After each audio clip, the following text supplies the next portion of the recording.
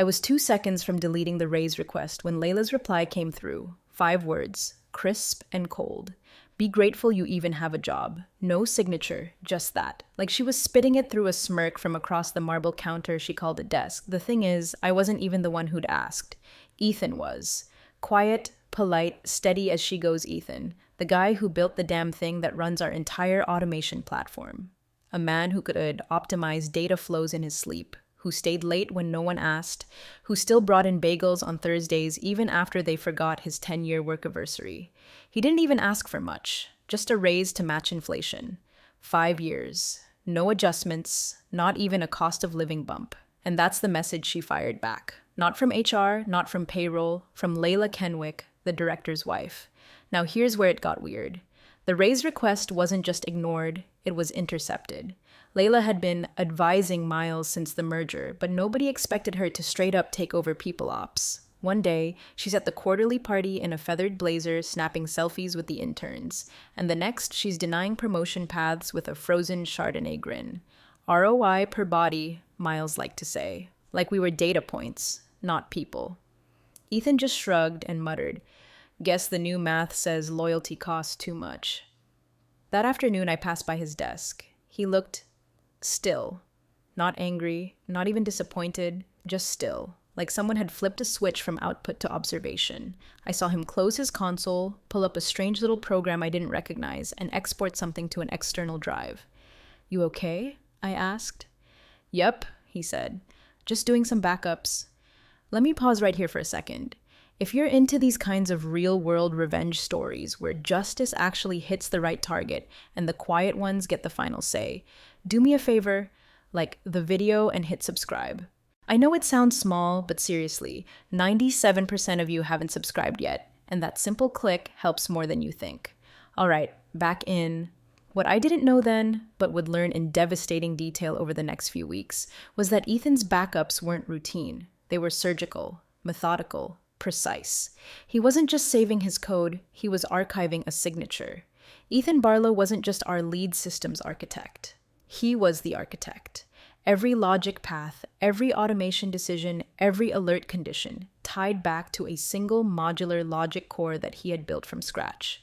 And when the licensing contract for that core expired 3 weeks earlier, guess who didn't sign the renewal?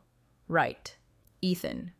Not out of spite, out of necessity. Because in the chaos of the merger, legal never followed up. And Layla, brilliant Layla, told him to be grateful.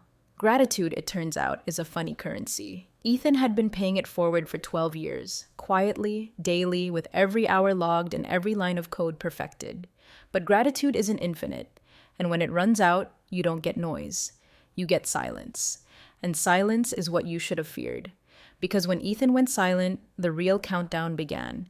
The first email was professional. Simple subject line, IP contract renewal, action required. Ethan CC'd legal, added links to the original contract, and even highlighted the expiration clause. No caps, no bold font, no passive aggression. Just clean, factual Ethan. He waited a few days, refreshed his inbox more than usual. Nothing. So he sent a follow-up, even more polite, shorter. Just a nudge, still silence. And then, like clockwork, the board invite dropped. Q3 Strategic Monetization Review. Theme, leverage points in proprietary technology. Subtext, let's parade Ethan's work like it was livestock headed to auction. Miles even dropped a line in the Slack like he was narrating a TED Talk. Let's show these guys how much margin we squeeze out of Ethan's code. Like Ethan wasn't in the damn channel. Like he was just background furniture now. Layla threw a thumbs-up reaction under it, followed by one of those winky emojis. I remember staring at that message longer than I should have, wondering how people with nothing to build always seem so eager to take credit for what others create. Ethan didn't reply, didn't react, didn't log off. He just opened his second screen, leaned in slightly, and got to work. I saw it. His whole posture changed. No slump, no sigh, just this quiet, calculated shift from passive to something I couldn't name yet. He navigated to a private legal platform, something I hadn't seen before, and started uploading segments of code, tagged with time logs, signature traces, and version hashes, one line after another, time-stamped, notarized, encrypted. That's when I realized he wasn't updating a portfolio, he was preparing a perimeter. He downloaded the last executable version of the logic core and embedded a validation layer I didn't even know we had. And here's the thing, Ethan never added security layers without clearing it with DevSec. But this one? It wasn't for the company, it was for himself. A kind of legal fingerprint buried in the binary, a tripwire with teeth. I walked past his desk later that afternoon. Same coffee mug, same plant, same stack of dog-eared API reference books. But his face? Different. Like someone who finally stopped waiting to be rescued and started laying the fuse. I leaned against the partition. Everything good? He didn't look up, just nodded once. They want leverage. I'm giving them friction. He wasn't bitter. That's what stunned me. No snark, no rage, just resolve. That calm, ice water in your veins clarity that only shows up when someone's been underestimated one too many times. A few hours later, I checked the internal commit logs. Ethan's name was still stamped across every core function. No other contributors listed, not even as reviewers. Just him. 12 years of iteration, all filed under one architect. And thanks to the merger chaos, nobody had thought to update the legal sign-off on the license, which meant we were operating unknowingly on a ticking bomb made of negligence and assumption. But Ethan knew, and Ethan wasn't asking anymore, he was recording, preserving, documenting, building a case not in court, but in silence. And the worst part? Miles and Layla were too busy planning their little boardroom show and tell to notice they were already standing on a trapdoor. Thursday morning, 8:55 sharp. The kind of day where even the air felt expensive. Espresso in hand, nerves tucked under blazers, everyone nodding too much and laughing too loud. The quarterly board review was always a circus, but this time, you could taste the smug in the air. Investors from Fairfax Holdings, reps from the merger side, even a regional VP who never showed up unless bonuses were on the line. And front and center, like they were hosting an awards show, sat Miles and Layla. Matching watches, matching grins, matching delusions. Miles clapped his hands together like a camp counselor. All right, folks, let's dive in. He tapped the clicker and the giant screen behind him lit up with a clean blue dashboard. Graphs, margins, process optimizations, every glowing number climbing toward heaven, courtesy of Ethan's logic core. This is the beating heart of Actura's post-merger operations, Miles declared. Fully streamlined, fully proprietary, all ours. That's when it happened. Just as he flicked to the next slide, a pop-up blinked onto the screen. At first, it looked like a notification, maybe a system update, then someone read it out loud. Unlicensed use detected. Daily liability activated $45,000. The air left the room, completely. No one moved. Miles tilted his head like he'd misread it.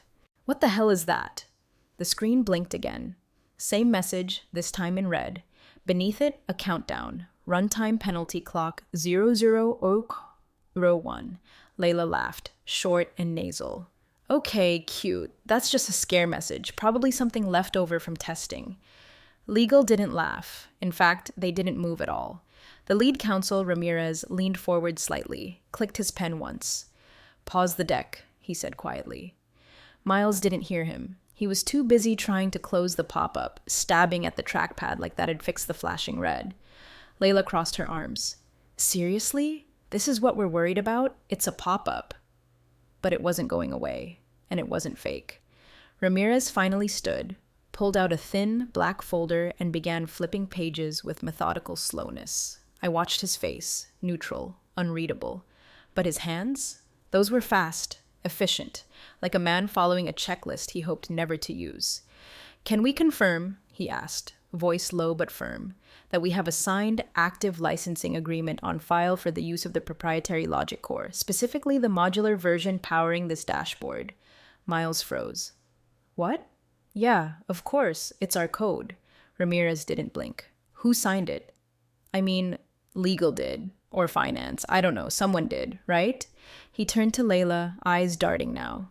Didn't Ethan renew it last quarter? Layla squinted. He sent something. I told him we'd review it after budget season. You said we were cutting back on redundancies. Yeah, but... Miles looked around. The room was dead quiet. One of the investors leaned forward, steepling his fingers. Another tapped something on his tablet. Nobody was smiling now. Ramirez slid a page forward. The last signed licensing agreement is dated 3 years ago. No subsequent renewals. Clause 4.2b states that unless renewed, ownership rights and all associated protections revert to the original software architect. Layla's mouth parted, but no sound came out. Miles ran a hand through his hair. So, what does that mean? It means, Ramirez said slowly, you're demoing proprietary technology you no longer have legal access to. Every minute this dashboard runs, we accrue a $45,000 liability. Retroactive clauses may apply. The screen blinked again. 0049. Unlicensed use continues. And just like that, the air turned to glass. Investors stared at Miles like he'd just driven the company car into a lake. Layla looked down at her phone. No calls, no lifelines, just silence. And blinking red. Because this wasn't a scare message, it was a bill. And it had just started counting. Ramirez didn't raise his voice. He didn't need to. The moment he flipped to the tabbed contract and laid it flat on the glass table, the room felt like it dropped 10 degrees. Let's start with a simple question, he said, eyes still on the paper. Do we have a renewed license agreement on file, countersigned by the creator of the modular logic core?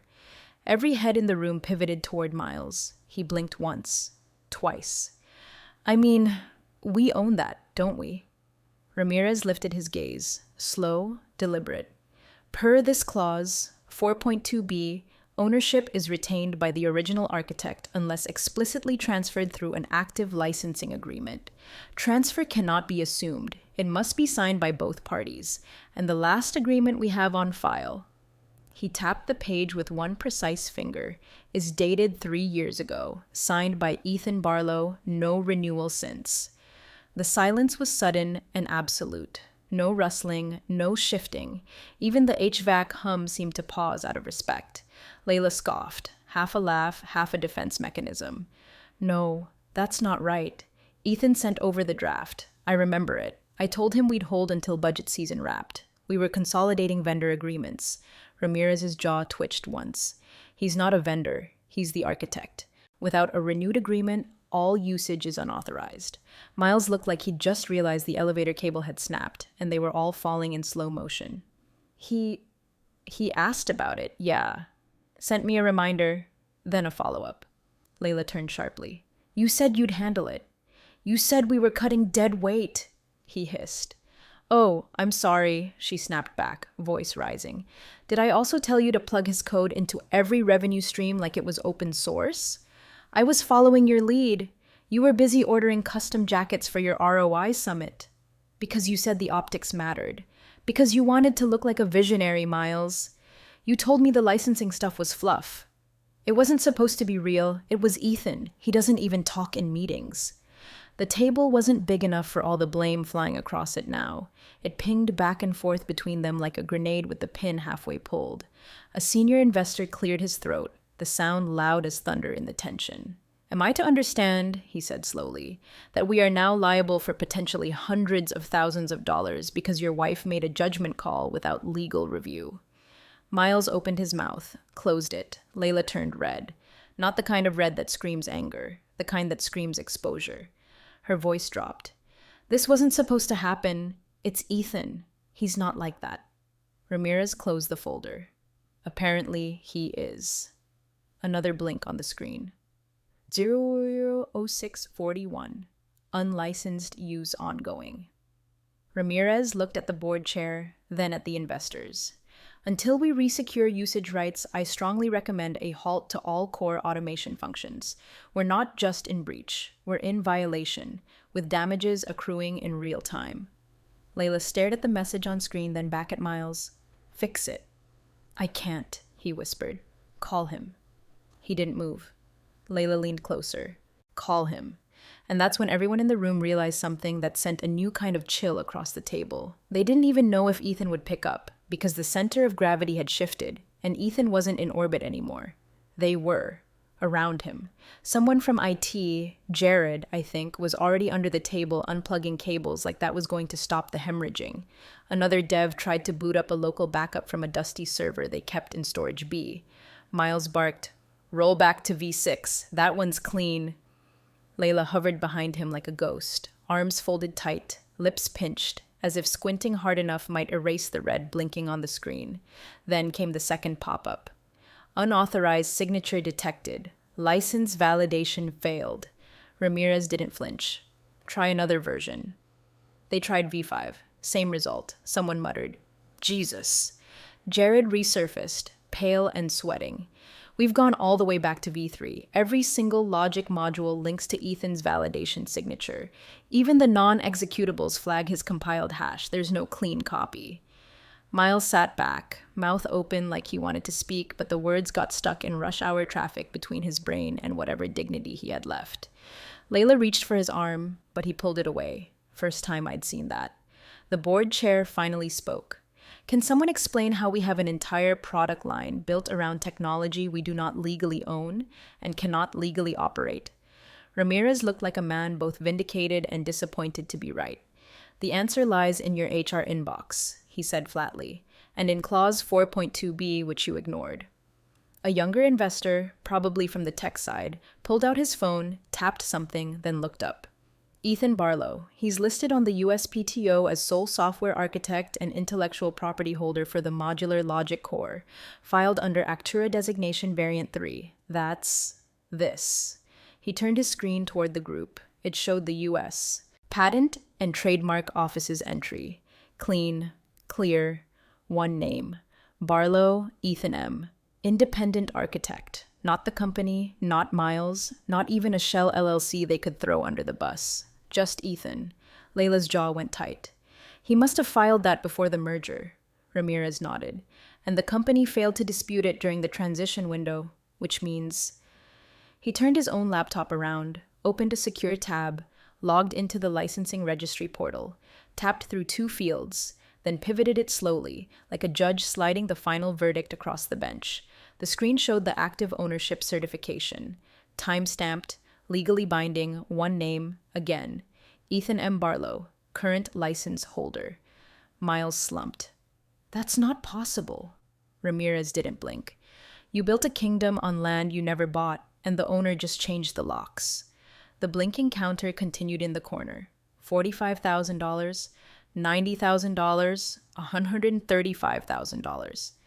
Layla finally spoke, her voice thin as paper. Can we get him on the phone? Ramirez shut the laptop gently. At this point, you'd better hope he calls you. 2 hours. That's how long they sat in that boardroom, watching the liability meter tick up like a slot machine rigged by karma. 90 grand in theoretical damages, and we weren't even out of the first coffee break. Nobody dared ask for refreshments. Nobody moved except to wipe their palms on $1,000 suits. The chairs, once symbols of status, now looked like waiting room seats outside an execution chamber. Miles, bless him, still thought he could bluff his way out.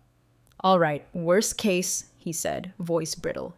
We force it offline, wipe the stack, start fresh. Our devs can rebuild the core without touching Ethan's code, right? He looked around like someone waiting for applause that never came. Jared from IT gave a slow, pained shake of the head. It's not that simple. The logic core is the foundation.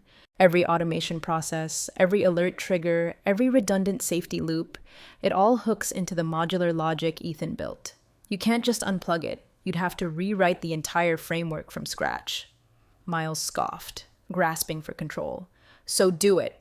Rebuild. Get DevSec to sanitize the framework and spin up a clean version. That's the problem, Jared said, tapping his pen nervously against the table. We already tried. Once we modify anything downstream of the original license without authorization, we trigger clause 9.3 of the retroactive agreement. Ramirez folded his arms. That's the damages clause. Layla leaned forward, eyes wide. Retroactive? Ramirez didn't blink. Every unauthorized deployment, past and present, accrues damages, including any attempts to circumvent the signature layer. If you alter it, you acknowledge usage. And since you're not the licensee... He let the silence say the rest. Miles rubbed his temples. Okay, but surely someone else on the team can replicate it. Jared, somebody... And that's when a junior developer, Natalie, maybe 25, maybe just old enough to rent a car, spoke up from the corner. Ethan didn't code like the rest of us, she said quietly, Everyone turned. She glanced around, clearly regretting saying anything, but continued. He built everything manually. No AI assistants, no off-the-shelf libraries. He'd write entire subsystems in assembly just because he wanted tighter control over the logic stack. No comments, no documentation, nothing on Confluence. The only place his brain lives is in the code, and the only one who understands it is him. Layla muttered something under her breath. Miles sat back in his chair, eyes glassy. "You're saying we're screwed." Natalie flinched. "I'm saying he is the tech." Ramirez nodded once, slowly. "And that makes him the sole licensor." The board chair turned toward Miles. "You presented this platform as a scalable asset, a system we controlled. You claimed we owned every line of code." Miles didn't answer. Couldn't. The counter hit $112,500. The room was quiet, except for the sound of Layla's nails tapping against her coffee cup lid. Click, click, click, like she was trying to wake up from the worst kind of dream. But this wasn't a dream. It was a reckoning. And we all knew it wasn't over, not even close. At exactly 12:17 p.m., the boardroom doors opened with the softest click, but the effect was nuclear. Every head turned in unison like it was choreographed. And there he was, Ethan Barlow, same black polo, same unassuming jeans, same pair of old wireframe glasses he'd probably worn since the Bush administration. No swagger, no drama, just calm, terrifying presence. In his left hand, a single USB key. In his right, a slim manila folder. He didn't pause to scan the room, didn't flinch at the digital war zone blinking behind Miles's frozen presentation. He just walked in like he'd been summoned by gravity itself, stepped calmly past the stunned silence, and gave the board chair a small nod. Nothing performative, just a signal. "I'm here. Let's fix this." Miles stood up too fast, knocking into the table. "Ethan, we were just about to..." Ethan didn't even acknowledge him. He moved with surgical precision, plugging the USB key into the master control panel beneath the main display. No drama, no speech, just a quiet series of inputs. He typed a 32-character passphrase like he was entering a grocery list. No glances, no hesitation, and then blink. The penalty counter vanished. The dashboard reset. No pop-ups, no red flashes, just normal. The whole room exhaled, but no one dared speak, not even Layla. She sat completely still, hands clenched, eyes trained on the screen like if she moved, it might start blinking again. Ethan unplugged the USB, slipped it back in his pocket, and turned to legal. He pulled a single printed document from his folder and handed it across the table to Ramirez. "Formal notice of license terms," he said, voice steady. "Filed with the USPTO last week, delivery confirmed. Time-stamped." Ramirez took the sheet and read it carefully, line by line. I saw his eyebrows rise just a hair. Approval, maybe even respect. Then he nodded. "Thank you, Mr. Barlow." Ethan didn't react, didn't smile, just turned and walked toward the door like he hadn't just ended a 6-figure hemorrhage with 10 keystrokes. Miles half-stepped forward. "Wait, Ethan, we should talk about..." Ethan kept walking, Layla's mouth open. She looked like she wanted to say something, maybe beg, maybe bargain, but he never looked at her. He didn't have to. His silence said more than any speech ever could. He didn't come for revenge. He came for control. And now, everyone in that room knew exactly who held it. They called a break, no dramatic announcement, just a soft instruction from the board chair, followed by chairs scraping back and whispers that didn't dare rise above the air conditioning. Miles didn't move at first, just sat there with his hands clasped, trying to hold on to some version of himself that hadn't just been dismantled in front of a dozen power brokers. Layla had slipped out during the silence after Ethan left. No one acknowledged it. No one asked where she went. When we reconvened 27 minutes later, everything felt different. Still the same chairs, same espresso-stained glasses on the table, same sun slicing through the blinds, but the temperature had shifted. No more tension, just precision. The board chair came in first, followed by Ramirez and a second legal counsel we hadn't seen before, outside advisor probably. They placed a single folder in front of Ethan's chair. He was already seated again. Calm. No phone out, no pen in hand, just waiting. "Mr. Barlow," the chair said, tapping the folder once, "we've reviewed the licensing terms and formal notice you submitted. Legal has drafted the reinstatement documentation per your original filing, as well as a corrective agreement regarding oversight." Ethan opened the folder. 3 pages, No fluff, no executive summary, just clean language and hard terms. The first, formal reinstatement of his role as external IP custodian with full authority to approve or suspend use of the modular logic core across all company environments. The second, new licensing terms, 3 times the previous rate, effective immediately, non-negotiable. The third, retroactive forgiveness of damages, but only under condition of Ethan's ongoing oversight. The liability counter, wiped clean. But if they touched a single line of code without his sign-off going forward, the full penalty returned with interest. He read each page once. No questions, no edits. He initialed the bottom right corner of the second page just once and slid the folder back across the table. The room held its breath like it had just witnessed a ceasefire signed in silence. Ramirez nodded. It's done. The board chair leaned in. Effective immediately, Ethan Barlow will resume oversight as sole licensee. Mr. Kenwick. Miles looked up like a child being summoned from the principal's office. You will be placed on reassignment leave, pending further review. He didn't argue, didn't even look surprised, just nodded once and reached for his tablet like it might shield him from the fallout. No one asked where Layla was. The chair didn't explain her absence. We didn't need them to. She wasn't coming back, not to that room. Not after what the room had seen. Ethan stood slowly, collected his copy of the contract, and walked toward the door without a word. Again, no smirk, no victory lap. He didn't even glance at the people who had tried to write him out of his own creation. He didn't need to, because order wasn't requested. It had simply returned. 1 week later, we were back in the investor room, same skyline view, same polished floor, but a different mood entirely. The glossy optimism of disruption and synergy had vanished. Now it was all about stability, reliability, control, words they hadn't cared about until they remembered what it felt like to lose them. The quarterly investor update was shorter than usual. No flashy videos, no branded jargon. Just facts, streamlined operations, damage control measures, updated compliance structures. Miles's name wasn't mentioned once. Layla didn't exist. Her email had been reassigned to a generic HR inbox and not a single investor asked where she went. They already knew. This kind of room doesn't need explanations, they just need outcomes. It wasn't until the final slide that the shift crystallized. 1 line, bottom right corner, tucked under a plain gray heading titled Custodial Controls. Core Logic IP Custodian E. Barlow, independent licensee, no flourish, no title inflation, just the name that mattered. A hand went up in the back, an older investor, sharp suit, sharper memory. Is the penalty feature still active? He asked. Everyone turned toward the screen where Ethan had dialed in remotely. His video was off, of course, just a black square with his initials, EB. A beat of silence passed. Then his voice came through the speaker, calm, measured, unmistakable.